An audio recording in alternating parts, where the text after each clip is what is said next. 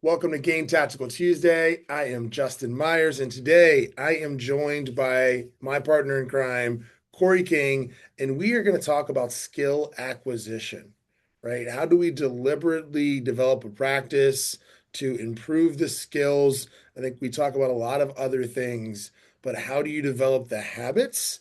And more importantly, we talk about habits in terms of time tracking. How do we actually develop the skills of being a successful real estate agent and entrepreneur?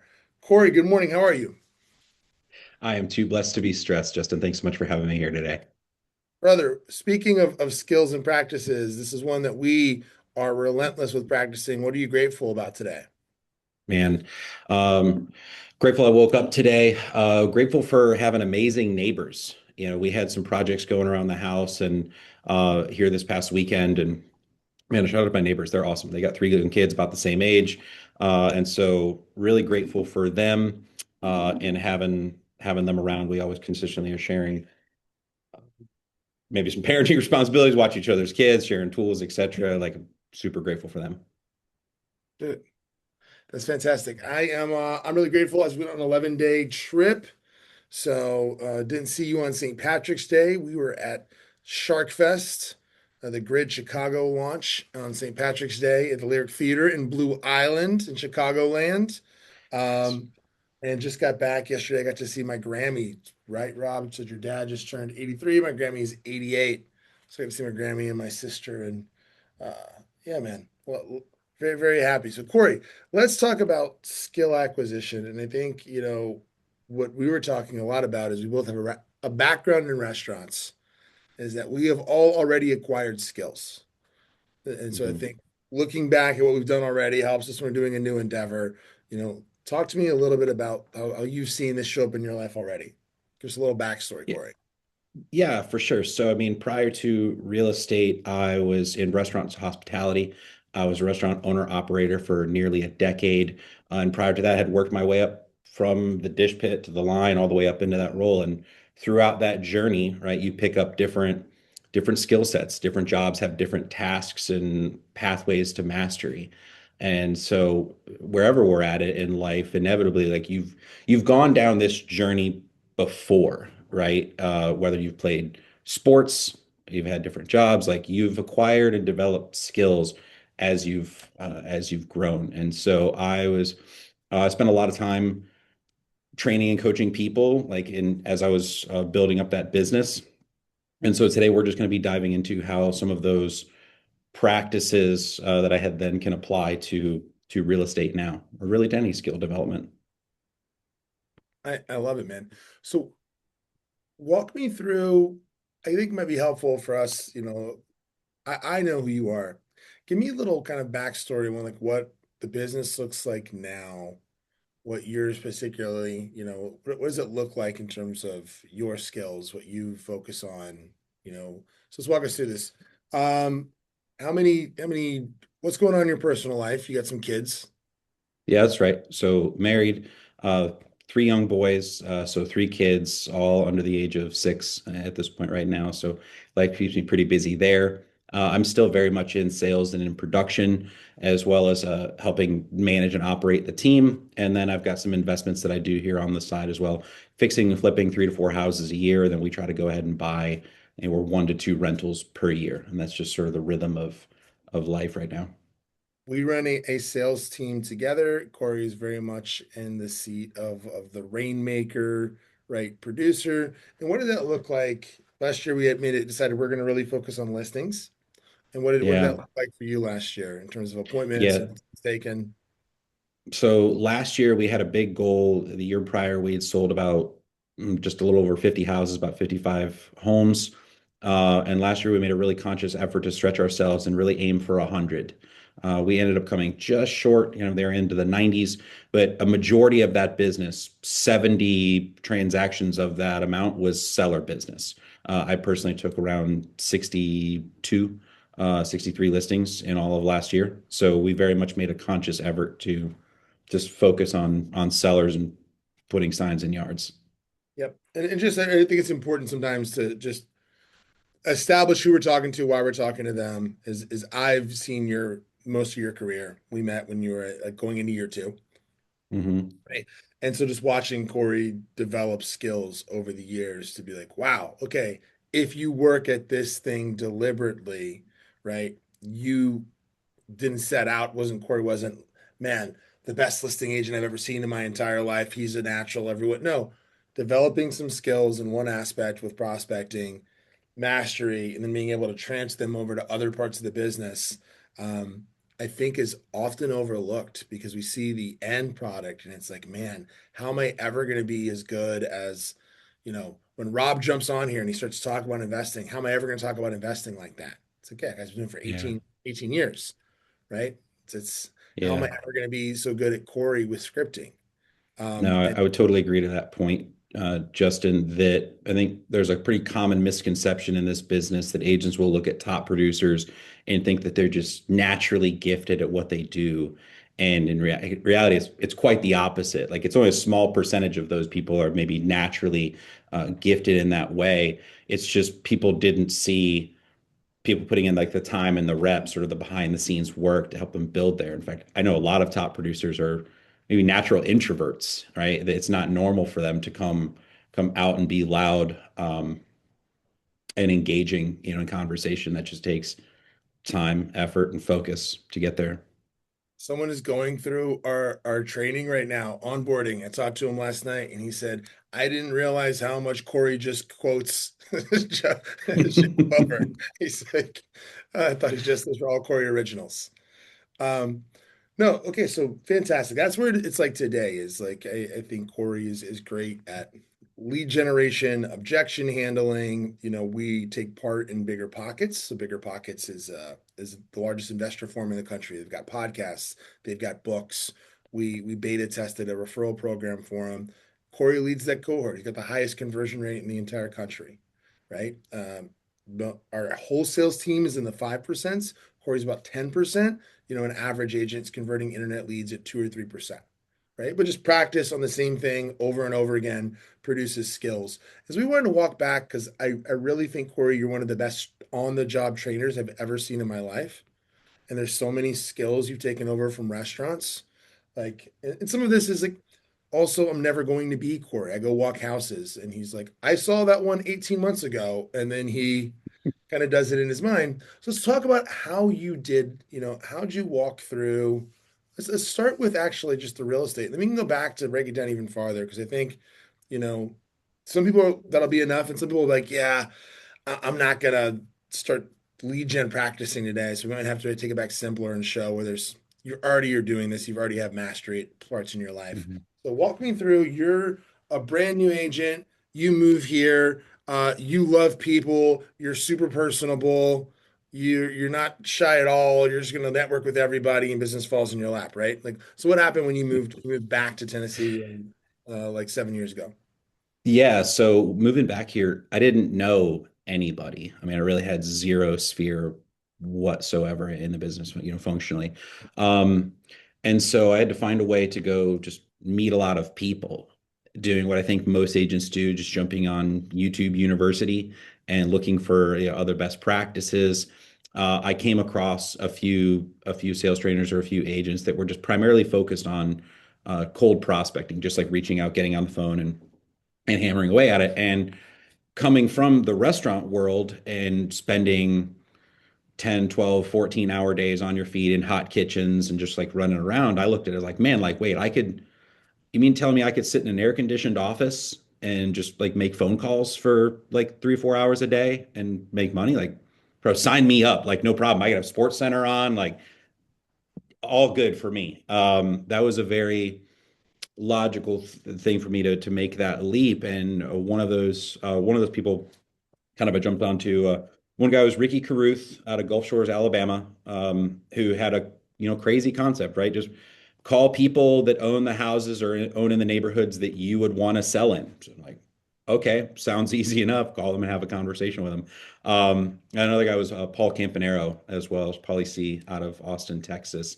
Was really great for just some mirror matching and understanding what people are saying and how they said it. And I can definitely remember my wife making fun of me sometimes for watching YouTube videos of people making phone calls at 9 o'clock at night. And for her, it was like, are you really watching videos of people, make phone calls? And like, yeah, because for me, it was like game film, right? To equate this to like an athlete, like for me, that was watching just game film. It was understanding what were they saying, how were they saying it. They said this, you said that, and just starting to get an understanding for really how to carry on a conversation, like in the real estate space. Um, Hmm. from there, it just started to jump into applying it, right? And just going for it. And then through that journey, I realized like, oh, we've got to put some intentional time behind this in order to get better. Because those first call sessions were not great by any stretch. What's the worst thing that happened on the phone when you call Oh, I somebody? mean, I certainly I don't my grandmother will say like I can make friends with a fence post. And so I think like one of my maybe superpowers is my ability to build rapid rapport with people. And so I mean, have I had the people, hang up on me? Very rarely have I had somebody like cuss me out or anything like that. But you'll get some rude people from time to time that just don't want to talk. But I'd say really, man, that's been relatively like the worst amount of it, right? So just Especially the you're separated by. discomfort. It sounds Yeah, like just the yeah, you're just discomfort yeah, of nobody being nobody likes being told bad at no. this Like, and calling people and it just going kind of yeah, and sideways and having no idea and how to drive the conversation. Yeah. yeah, and struggling with a little bit of that rejection at first because it's so easy for us to just take that personally and not realize like, hey, they're not even saying no to you. They're just saying no to the service you provide right now. You could literally call them in like 11 days, and statistically, like they're not even going to remember who you are. And that was a big like aha or unlock for me was understanding that it's not personal. It's just like no to the service that I'm providing right now.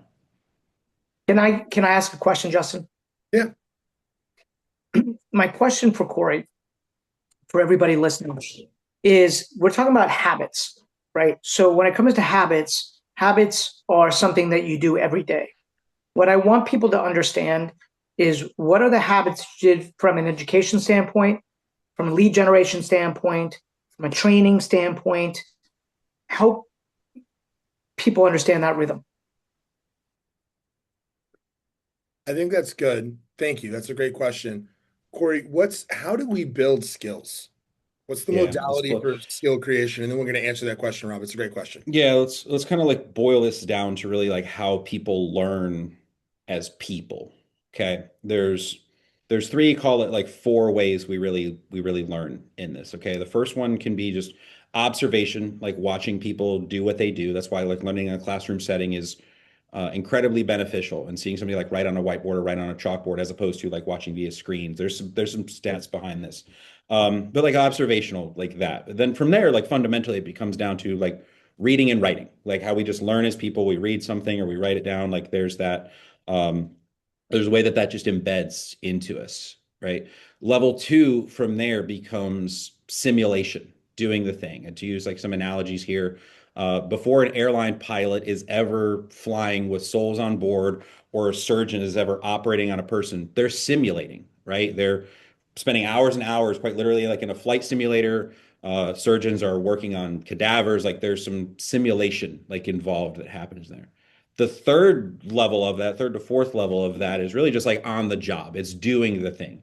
It's you've built a certain level of competency and skill set in what you're doing. And there's only so much that simulation or studying in like textbooks can really ever do for you. And there's some parts of a job that are just going to be learned like on the fly. You can't train for like every scenario in that way. So you can do your best as possible to get there and hit some of the most common in sales, right? Some of the most common objections you may hear. But at the end of the day, you're going to get like a curveball. You're going to get some things you're just going to have to learn on the job. And so you spend a lot of time when you spend a lot of time hitting those first, call it like two steps. We really just look at like reading and writing or simulation and role play. Um, your skills really compound. The hack to a lot of this in sales is when you can compress all of that into the same day. So we talk like a habit stacking. What might that look like if I'm trying to learn, say, a new script, for example, if I'm going to be diving into a lead source? Well, I would have my script like printed out And every day, like before you start, get your little yellow notepad and write it out. Like transcribe it word for word, dot for dot. Don't miss a beat of it. From there, you can go into reading that out loud because you need to actually like verbalize it. But that act of like reading and writing, that feedback loop will start to uh build some base levels in and of itself. From there, you need to actually like say it out loud. Like tell yourself, hear your tonality, your rate of speech, where are you putting your inflections on what you're saying, and then jump into some kind of role play group. Find a partner that you can spend 15 minutes just going back and forth. Hey, I'm working on this. I'm working on maybe this section of my script, asking for the close or handling a few objections. But you're just playing catch. It doesn't have to be super like difficult, but you just need to be getting in some additional reps. And like the third part then is like you're going to jump on the phone, you're going to jump into the lead generation activity. And when you can do all of those in the same day, your learning is like exponential because you're just getting so many extra reps compared to just practicing on the job. Does that kind of track for everybody? Yeah, that makes perfect sense. So then when you were getting started, right, level one of that entrepreneurial journey is our foundation. It's identity, habits, mindset, right? How did you build, like, walk me through, like, what does that look like when Cory's brand new? So you said you started, the very first thing started with observation. So I'm watching videos, knowing Hmm. you, probably at night, right? When I Yep. can wind down. That's my focus. That's my entertainment is I'm learning some skills. But like a typical, let's say your morning routine when I'm new and I'm like learning this thing, what did that look like? What would you Yeah. recommend someone does? So I would highly recommend like finding which niche or which tactic you want to go learn and build on. Don't try to just do all of them at once. I see people all the time in our industry. They may like starting out, you hear like well, expires or force head by owners would be like the low hanging fruit, so to speak, in that space, right? And I see numerous agents go and try all of those like at once, as opposed to just pick the one thing that you're good at. No more than like two, but really like to master something like one is where you'll start to assess. So like number one is just like pick your avenue. Two, then like pick your script or dialogue which you'd like to work on. And the good news is like they all work. So relative like where you want to go pull that from, we can always recommend a couple of great sources. They all can work. The biggest part of that is internalizing it, meaning you could kind of just work that from memory. And Mhm. that's where it allows you to freelance a little bit in the conversation because you understand functionally like where do I want to take this conversation and what great questions are going to help move things along. And so as Yep. long as I can come back, I can bring a conversation back to following along with, say, my questions, it gives you some room to paint and kind of work. But initially, it So just starts with take it for what it is. let's talk about prospecting because I Hmm. I think like, and I was not a natural prospector, and I went a very slow route, and I am a great networker, but in terms of building just fundamental sales skills like prospecting. So then I see Matt has raised his hands. Like, if I wanted to prospect, just focusing on prospecting, like what habits? I'm just gonna start tomorrow, Corey. Hmm. Awesome. Give me a little game plan for how to plan my morning to go back to answer Rob's question, right? Hey, what habits did I have around lead generation? What habits did I Sure. have around practice? What habits did I have around, like role play? Yeah. First part of it was always like get your mind right. I was a huge fan. I got turned on to the Miracle Morning very early in my career. And that put in a good practice for me to spend some time working through these things. I'm trying to remember all of the savers, like spending time in silence, working through your affirmation, visualizing what you want to achieve. Gosh, sorry. And in that, the fundamentally the biggest part is like getting your mind in the right space, getting your mind in the right spot to go take action, putting a lot of just good input in, so that you're prepared for what inevitably is going to be like an onslaught of no's, right? So it's getting your mind in the right space in order to go actively like do the thing. From there, I would then dive into um, right into like I would have my script, I would write it down, I would spend some time, I would write that down, I would kind of chant it aloud. So at least the first words out of my mouth for the day were not on like a live person. Stretch my mind, get my mindset Hmm. right. Do your gratitude, do your affirmations, spend some time with your higher power, whatever that is, right? But exercise, get right. Then I'm gonna write it down. Then I'm gonna chant it out loud, right? Because Yep. that's I gotta practice actually saying this thing. Cool. What's next? Yep.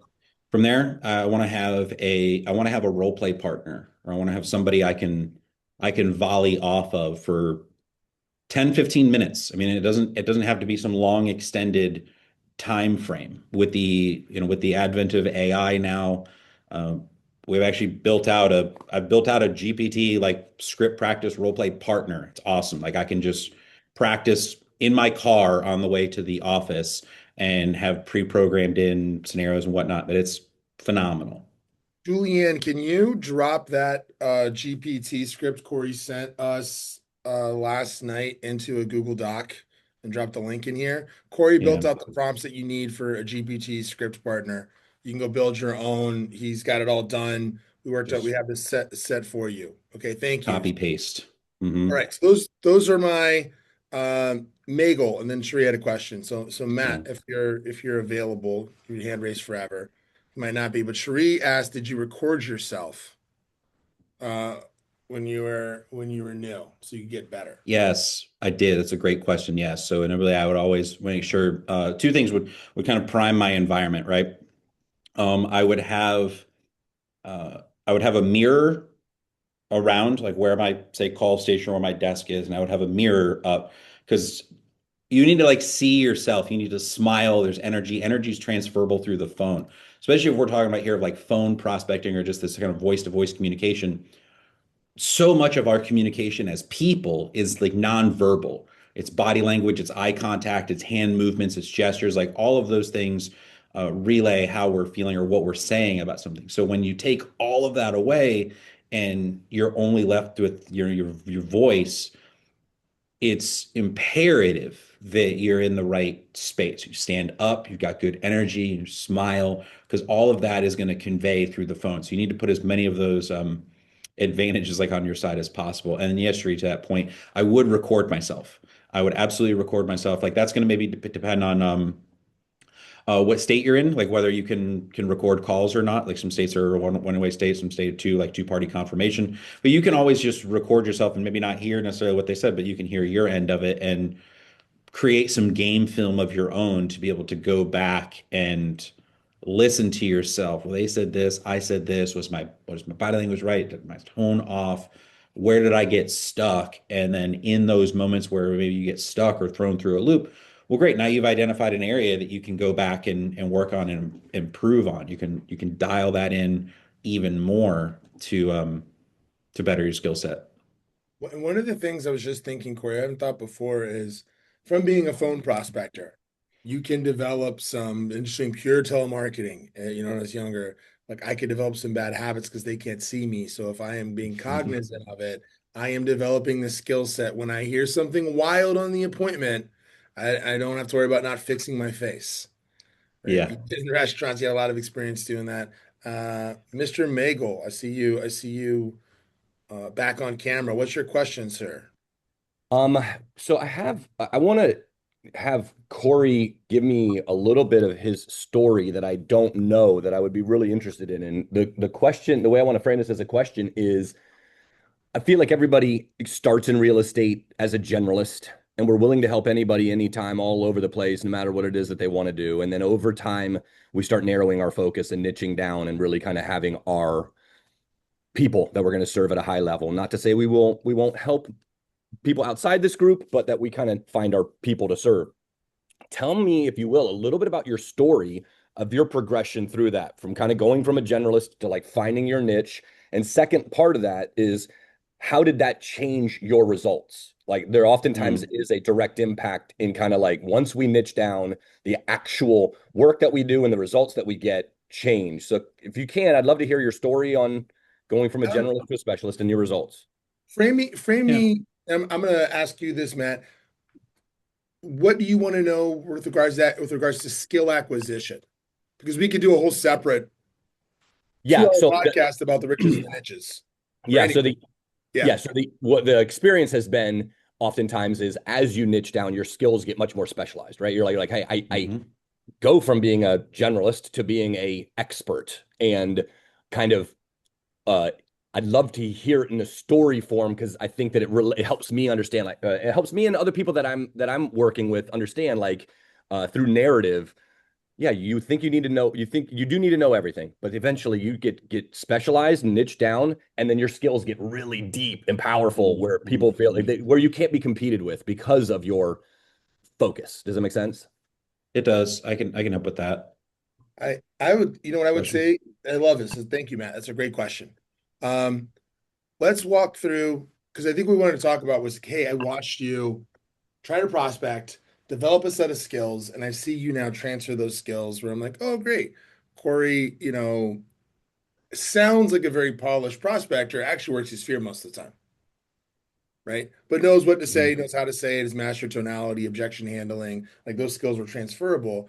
When you got into real estate, though, you had some skills that you had worked on very deliberately developing, right? I think set the stage there, and let's go through it of like, what were the skills you walked in with? You talked about being able to make rapport instantly, because I worked my way Mm. up from being a dishwasher to being the GM of a Yeah. restaurant. Yeah. So some skills that initially helped me out transition into this business. So you're right. I was able to really mirror and match well. That was just able to build rapport. When I have a staff of 30 plus anywhere like 100 guests in the restaurant and you're on the floor and you're effectively on stage, right? As soon as I pull into the parking lot, all the staff knows like bosses here, right? So you fundamentally now have to recognize, hey, like I'm almost always being kind of watched or observed here, and so how you're presenting, how you're carrying yourself is incredibly important. That conveys energy, and Yeah. I was able to really mirror and match where people were at. It also, I think, helped me out from a memory and retention standpoint because I had to work with very small spaces where my office also served as dry storage, as everything. Everything had to have its place. And as such, it allowed me to really go back and recall like where something was. I could be on an opposite side of the floor, like, oh yeah, this sauce, this shelf, bottom corner, like it helped. And so I've seen that help me getting into real estate as I'm walking around properties and just making notes about things. It helps with recall massively. So I guess from that point though, there definitely was a focused effort, like time on task over time. So certainly depending, like throughout each job that I had, I was spending a significant amount of time doing that thing and could go practice in my off hours to get better at that thing. Case in point, right? If I'm working on the line, and I was just regularly either working a grill or like a prep station and there you're building out like some knife skills. From there I knew, hey, well, I could choose to get better at this.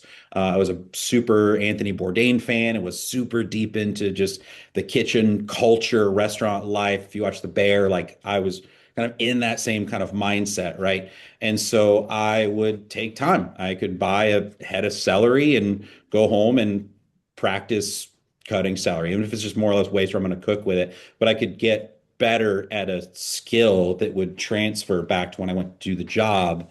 It allowed me to do things quicker, cleaner, easier, smoother. That is one thing that you shared when we were prepping for this, that you said there's never been everything you've developed you has required practice outside of work. So when I was a line cook, I was practicing with a knife at home, like success leaves clues. Um, Awesome. So thank you for framing that of just like, hey, deliberate practice. I've done this before, right? We talked about skill Hmm. acquisition and listening to Mark Manson talk about meditation and it being a skill more than it is Hmm. necessarily a destination, just like working out or something. Hmm. Okay, so I had the habit of like, other thing I think, Cory, that I've seen from restaurants is the restaurants have a daily cycle.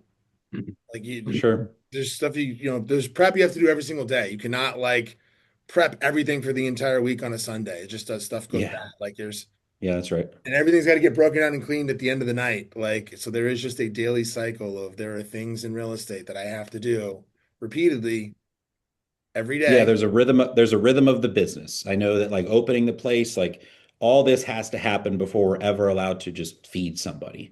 And Yep. then through the bulk of the day, we're spending time feeding people, people and serving our community. And then toward the end of the day, there would be a breakdown cycle. We'd have to get things cleaned up and put away and stocked and prepped and ready for the next day's success. And that cycle certainly leads itself really, really well into this business as well, where we spend a lot of the same thing too. Prepping, getting ready for the day to go out and serve people. Then we spend the bulk of our day like serving people, engaging with our database or prospects. And then you have the latter part of your day is the cleanup and setting things up for the next day's success. And you just keep it moving. Awesome. Cool. So we get into real estate, right? Year one, you put a real focus on expires and for sale by owners, right? Hmm. How long did it take you to get your first appointment, Corey? Yeah. So let's see. First appointment out of that would have taken me 2 months, right around there before I got my first Mhm. one because it was circle prospecting. Yeah, expireds and foresight about it was really circle prospecting FISBOs was the meat of it. Yep. It took me a good 2 months to get my first appointment. Even I can remember like from that appointment, I failed to like pre-qualify the lead, so I inevitably went out and talked to the husband. Didn't have the wife there. Thought I was like all hot shit suited and booted for this house and whatnot. And, yeah, totally like had to learn that. Like, oh man, always pre-qualify your appointment because I went out there, pitched to the husband, wife wasn't there, missed that. So it took me, yeah, 2 months or so to get my first appointment. It took me, I was probably 6 months into my career before I had my first commission check in my hand. So it definitely wasn't like an overnight thing. There was some grind and some momentum building that had to happen in there. Now, what did really click for me though is once I had that first check in hand, game over. It was like the largest check I'd had, and it was like $3,000, $4,000. But it was like at the time, like probably the largest like single paycheck I'd made. And that was like a huge unlock for me that gave me the full green light to just go all gas, no brakes. Because that's when I was like, oh yeah, I can totally just now still trading like my time for money, but I could use my voice, I could use my phone and go create more opportunity than ever would have been possible like beforehand. So the latter half of that year, I closed close to like 17 transactions. And I equate that a lot to just a relentless compounding efforts that just didn't stop. So like while that first one didn't come for like 6 months, I was building a pipeline. I was talking to people. I was building like momentum, and that's what carried throughout the rest of year one, and then into year two was another like great growth year, and we just continued hammering away at it. I've got Corey, There it is. the science fair project. Tell the There folks it what. is. Man, yeah. So if you're new into like phone prospecting or you're just new into working on scripts, you can go build one of these. That is my script board. That board has made me multiple six figures. It is nothing fancy. It is a science fair board. On the top of it is my daily affirmations, and it works effectively like a flow chart. So on the wings of that board are my different lead sources. So whether that's expired, for sale by owner, circle prospecting, those are the base level scripts. At a certain point, they'll hit like, oh, if you get to here, go to motivation script. That's in the uh, upper left quadrant in the middle of that board. And it works for me like a flow chart. So I could, as I'm actively like calling people, I had everything right there in front of me to just work through. And I could see that, okay, I can get through these questions. If I get to here, go to this section, and it works just like a flow chart all the way through my all the way through from my start of the conversation all the way to my closes. That thing's me. I love that board. So, like, I just want to just share, like, I've seen worked with Corey, like when you're sitting in the bullpen in your office and you have the headset on and you have a science fair board, right? And then you see other people that come in, right? And with their approach to it, I'm a new agent, and man, they've got a really shiny car, and they seem to be doing some like cool branding, and they have like it's a lot sexier. It looks a lot cooler. You know, it was not the highest price point Corey was working. So talking about right, Matt, serving anybody for sale by owners, lower price point than the median significantly, like in the market, Hmm. but did 17 transactions, like building these reps, building this long momentum. By the way, you know, being a volume-based agent pays off huge if you're building a database. It's it's That's it's a true. much better way to go long term. I do want to kind of comment on Matt's question though, in terms of how that transitioned Yeah, through. please. So what it really helped me focus on initially was just building a very good base level competency of asking good qualifying questions that I could then set appointments and then going out and closing that appointment. So like if I can understand fundamentally how to take somebody down that road, it really at that point didn't it started to not matter as much in terms of who I was talking with because I understood like the end result is inevitably going to be something the same.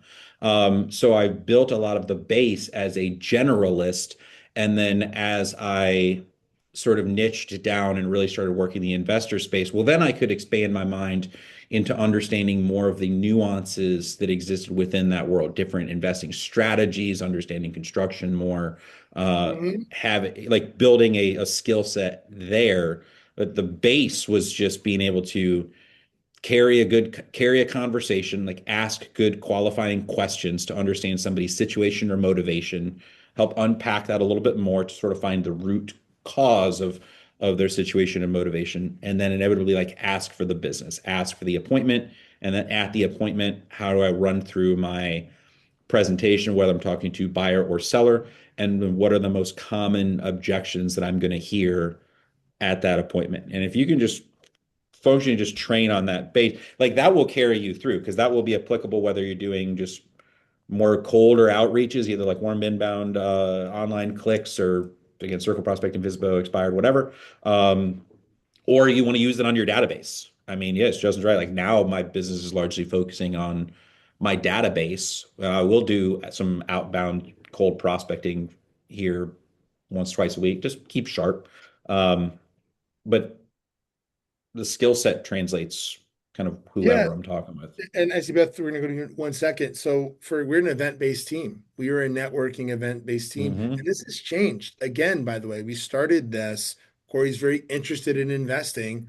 When we started Grid, right? Like Corey now, who's I think one of the best investor agents in the country, like experientially had two. He had his primary residence that he had bought, like smaller home, turned that into a rental, and it just moved into like a slow flip that he was living inside of, fixing up that he's in now.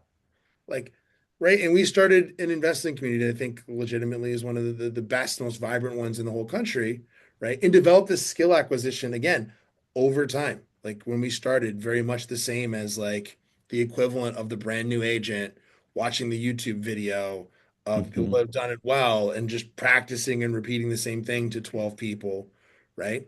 Just time on task over time. And just wanted to share because what I watch is like, oh, you got really good at like internalizing it. And it's okay to answer the same question in the same way consistently. And I can do it. I could just read a slide and I could do it with enthusiasm and do it freshly and like, right? Because when I'm trying to be creative every single time, like I just get wildly different results. I'm like, nailed it that one time. Yeah, that analogy was terrible.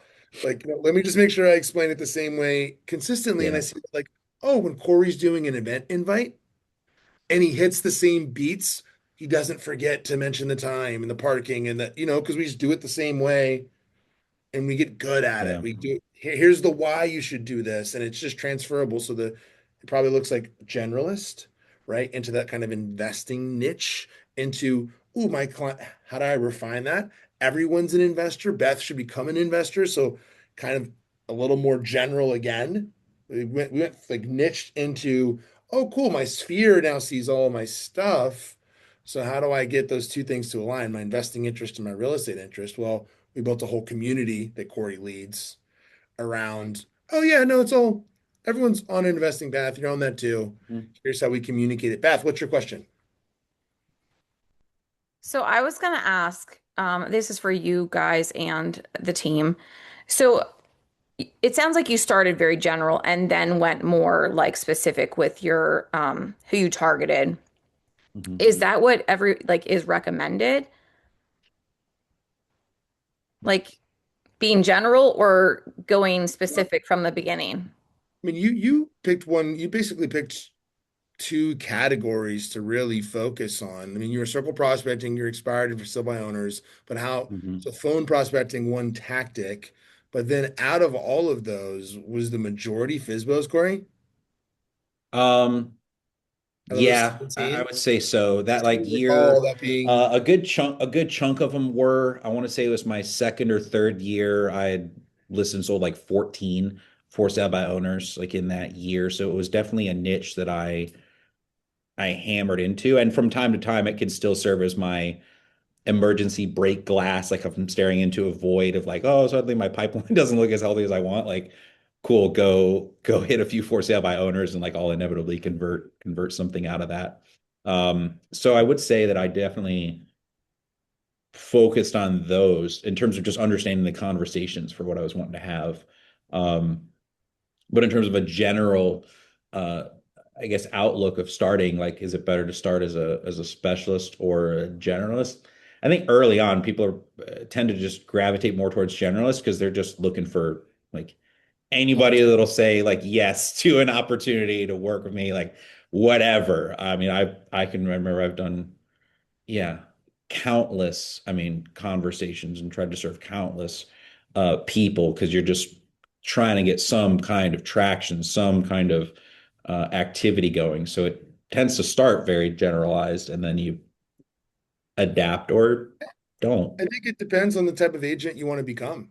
Yeah, yeah, Is begin the with your end in honest mind. is the honest answer of like, you know, if I have the biggest thing I would just say is you could be a generalist with the clientele that you serve, but getting very specific with a form of lead generation is the short path.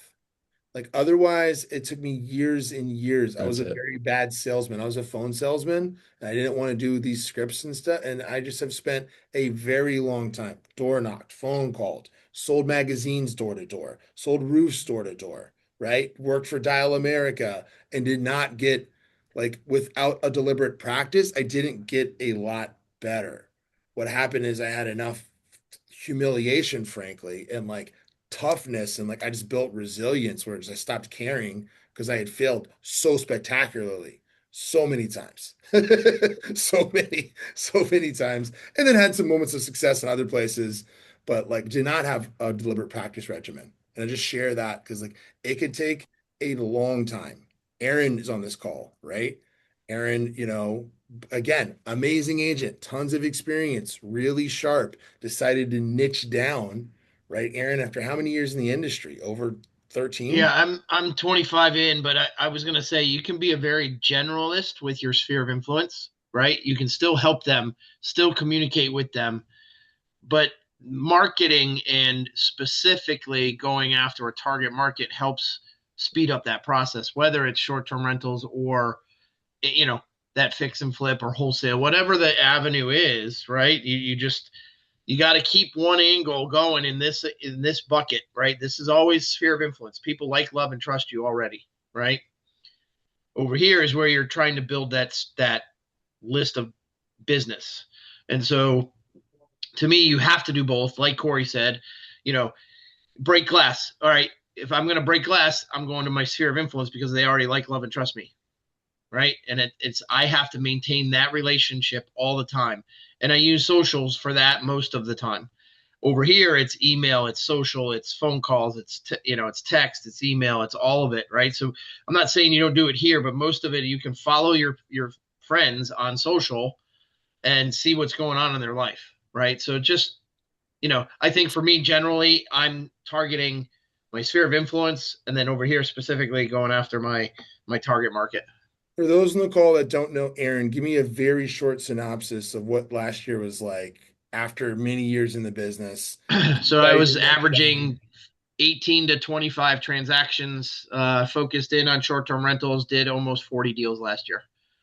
Yeah, right? After 20 years in the game. So just like there's some focus there. Thank you, Aaron. I appreciate you, man.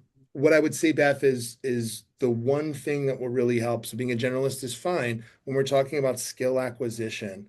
Like, why is the script helpful? Well, it's controlling variables. So from doing like telemarketing, which was the worst. You have to read a script and it's terrible, and no one wants to talk to you, and the product is god awful. Like you're selling like, cut rate Costco memberships to strangers, like benefits, like get coupon, just terrible. Like, whatever the product is, it's not a good time. Um, I'm changing like my tonality. I'm like trying different scripts every single phone call. Like if I change like the lead sources I'm calling, like I can never get good because I'm introducing too much uncertainty into the Yeah. equation. Like I needed to do, and even like I was an ISA for a long time, 14 months as an ISA. Well, on Mondays I would call like expireds, right? And on Tuesdays I would call like sphere, and on Wednesdays I would circle prospects. So I got to kind of do the same thing in that stretch. I'd practice every day. And so when I use the same script, like I need a script so I don't have to think about what I'm going to say back. And then so that I eliminate that variable. Nope, it's not the script because I'm using the same script every single time. So it's my tonality. Okay. All right. Now I don't know how to handle objections. Right. Now it may be I'm calling totally the wrong lead source. My contact rates. I need a dialer. I need, like I had to dial in some of those different avenues, but getting very specific on like one type of lead gen. And cool. Hey, you want to be a content creator? Fantastic. You better learn to be a voice actor. How am I going Mhm. to emote? How am I going to convey? How am I? That's a skill. How am I going to draft content? But I think prospect. You still have to get in the room and close people and handle objections and do like a listing presentation. So if I don't want to be a prospecting based agent, then my script role posture would be I am practicing my presentation obsessively. So then I Mhm. know what I'm going to say when I actually present to somebody. And I'm writing that out and I'm practicing that. And if I do that, well, cool. Then actually I just network in person or I use social media, but it's fine because I know exactly, right, Cory? I know what I say when I'm going to meet you. Yeah. So then it's so easy for me to do a quick 10-second video. Oh yeah, well, this way your buyer consultation, because this is what happens in a buyer consultation. I know it backwards and forwards. I can summarize it.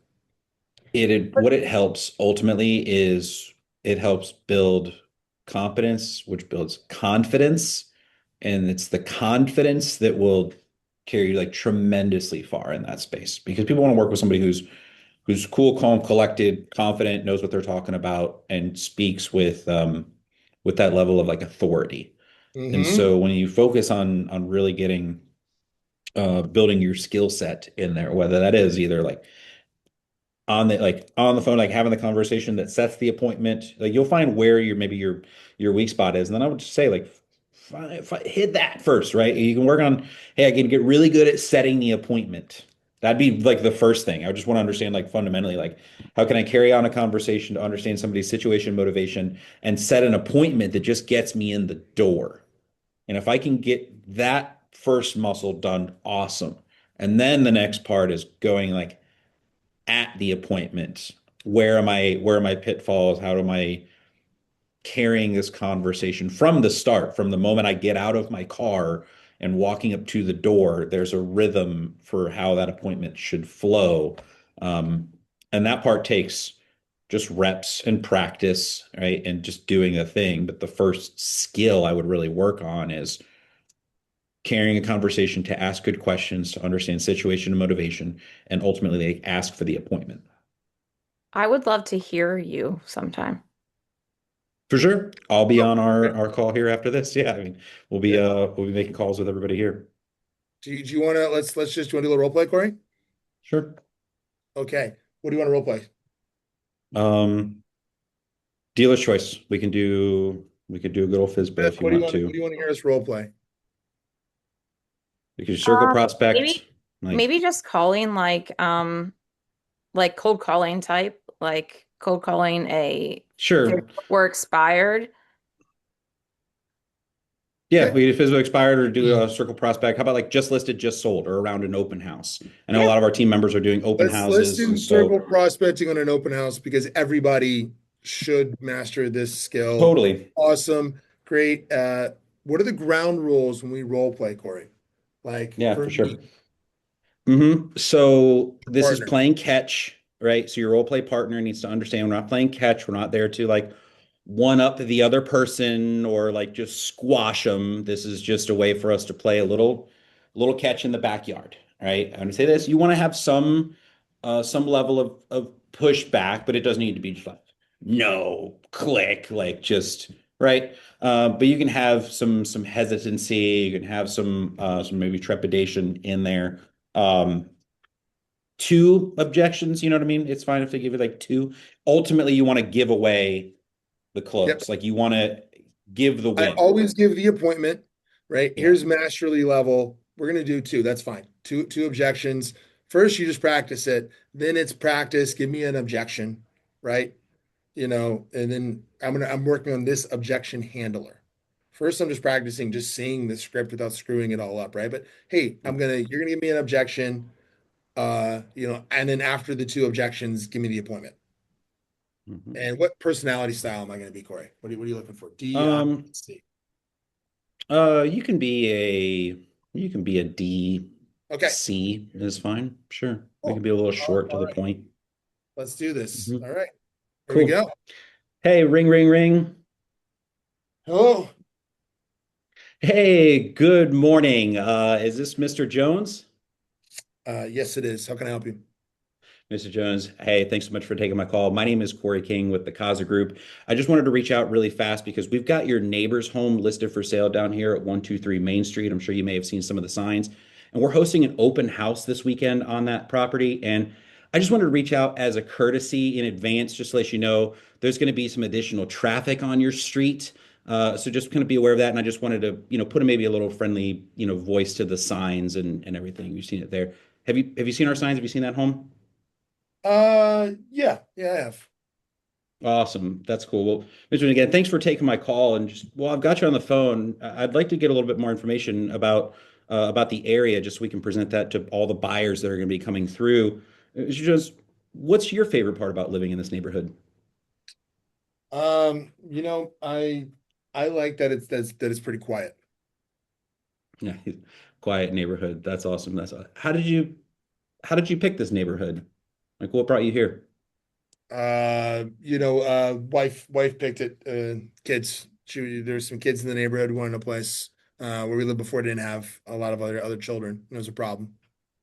You got it. That's cool. So it sounds like it just having the family environment around here is pretty nice for you. I appreciate you sharing that with us. Mhm. How long have you guys been here? Hey, I'm just curious, Corey. What, why is that relevant? Well, just we always like to understand a little bit more about the neighborhoods and how people find it, what they enjoyed about the place, and I guess in that, what I would ask from there, so is just I guess if you could move, where would you move to? Oh, I think when the kids get older, we might move out to the lake. I love that. Like, that's amazing. What would take you out there? I like being on the water. I like being on the water, right? And I'd like more privacy, but there's can't have privacy and have neighbors with kids. The two are uh, don't go hand in hand. So we got to prioritize the kids. I get that. I totally appreciate that. And hey, again, Mr. Jones, I appreciate you taking my call. And we're going to be in the neighborhood now for the next couple of weeks at the property, and I'll be there this weekend. We're doing some complimentary services for some of the neighborhoods, just or for some of the neighbors, giving them just some free home valuations, some free kind of desktop appraisals. Is that something you think you'd be at all interested in? Um, you know, uh, not really, but if you want to just text me some information, that'd be fine. Yeah, I'd be happy to shoot you some information. And Mr. Jones, I want you to feel comfortable knowing that there's no cost or obligation to any of that. We just find that many homeowners like to know, what their home might sell for right now, just in given market conditions, and that way maybe just if they ever choose to make some financial moves in there, they at least have that information at hand. So would that be at all helpful? Like, could I just maybe pop by for 20 minutes here before the open house and share some of that with you? When's the open house? It's going to be this Sunday from 2 to 4. So I mean, I could always pop by at like noon, just take a quick little walk through, get some information, and provide to you from there. Yeah, I mean, I'll be home if you want to stop by. Cool. I love that. And Mr. Jones, well, I appreciate the opportunity to do that. And what I'll do is I'll just shoot over some credentials like in advance of that. That way you can put a little more information to it. What's the best email for you? Uh, JonesyBaseball@gmail.com. JonesyBaseball@gmail.com. Got it. Awesome, Mr. Josie. I got it there for you. Again, my name's Corey. If you see my signs right there down the road, I'll just forward popping by here Sunday at noon and bring you a little bit of information. We'll go from there. Sound fair enough? Sounds fair. Thanks. Fair enough. Cool. Click. Click. I just want to understand in that, like fundamentally, what am I looking for in that, right? Situation motivation. So what are they doing? When are they be looking to move? That's kind of why, like, how long have you been in the area? So I want to understand, like, if I can get a little bit of time frame in there, we've been here now for 7 years, 10 years. Like statistically, they might actually be in a position where they would be making that they might actually be making a move because we know people typically move about every like 10 years or so. What would take you to the lake? Well, we like privacy, we like this and that, right? So that's helping me calibrate to understand a little bit more of their timelines and what they're looking for in that. Now, I'm also offering some item of value. Hey, I'm going to be in the area. A couple of neighbors have already reached out asking for some free home valuations. I would love to get that over to you. If I'm still getting some pushback, at the end of the day, the last thing I'm looking for there is just that email. So even if he's saying like, hey, no, like I don't really have time like this weekend for you to pop by or whatever. Cool, man, no problem. We can do this as kind of a desktop. It's not going to be the most accurate, right, as to walking through your home specifically, but it's going to give you a nice realistic range. So I'd be happy to send that over complimentary to you. What's the best email for you? ABC at 123, ABC123. Got it. Like, I'm just looking for that because I've already gotten their name, their phone number, their address. We talk in our team about building bricks, and that's one of the bricks is like an email. I need another modus of way I can communicate with this person and add value to their world. And so if I can just capture the email at that point, at the very least, job done, right? Move on, add to the Corey. database. Right on time. Crushed it. Appreciate you coming out here. And the one thing to keep in mind, if you're new, if you're doing this, right, if you haven't done this in a long time, right, it doesn't matter whether you would answer these questions, doesn't matter whether I would let someone into my home, right? It is just that when the person is the is based on experiences, when you find the person that actually wants this information, they have a radically different reaction. You go out door knocking and people like invite you into their house to show you your kitchen Yeah. renovation, Yeah. right? Like, and once you know that happens, or you meet strangers and you're just like, hey, Corey, what'd you pay for your house? And it's a, hey, Mhm. no problem. And you look it up in public records right in front of them. People just tell you what they paid for their house and what their house is worth because it's just interesting of like, oh, I've had experiences and those experiences have changed the way that I interact with people. And even listening to Corey on the phone, that call is from somebody who has successfully gone in that appointment, Mhm. who has stopped by with the neighbor and they were like, hey, well, thanks. I'm thinking about some projects. What do you think? Hey, appreciate the free information. And they may not have used him, but they got value out of it. And then there's people that have built relationships solely off of, yeah, I met Corey. He had an open house in my neighborhood. He came by. He stayed in touch. He invites me to events, right? And now I'm moving to the lake, and Corey actually was like, "Hey, is this the year we go to the lake?" And now I'm representing him because we're not going Yeah. anywhere. That's how we organic. My my second or third, like it was definitely first five, but I was probably like number three, was from more or less like that exact script. It was a slightly different initial frame because it wasn't an open house. It was just sold. Hey, we just sold your neighbor's house down here at 123 Main Street. I'm curious, like we're just reaching out. We've got a backlog of buyers that are looking to move into this neighborhood still. I'm curious, do you know of any other neighbors that have considering selling their home? And it's kind of an indirect ask, like as far as like, do you have you thought about selling your home? It's like, hey, do you know any of the neighbors? And in that, he was like, actually, we've thought about it, and it was I about fell out of my chair because it was like starting to open up as far as like, yeah, Noel, how soon do you want to make a move? Like, right? It just the everything just opened up, and it sort of yesed me all the way through. That's also just a numbers game. Like you just talk to enough people, you'll get the yes. It's And I've had business that I've listed now that was 7 years ago. And I had a transaction last year that was from that same prospecting session from that third listing ever that I just captured their information and stayed in touch for like 6 years. That inevitably I was just waiting for their time. Like life is a natural funnel, right? Things are going to happen, and so I'm just trying to position myself in a way where I can build relationship and add value over time. Because yes, I want to get paid now. I also want to get paid 5 years from now. I love You it. know, So speaking of it's funny, prospecting, Cory, that you mentioned this real quick. You don't practice the success, right? Like you're almost taken aback if the guy says, "Yeah, man, come over right now." You're like, "Oh, well, now what do I say?" And forget, because we're always objection handling, right? But great job, man. I love it. thank you. So we're going to go do some prospecting. We're going to go take some territory. We're going to meet some new people that are going to work with us in the future. Be excellent, y'all.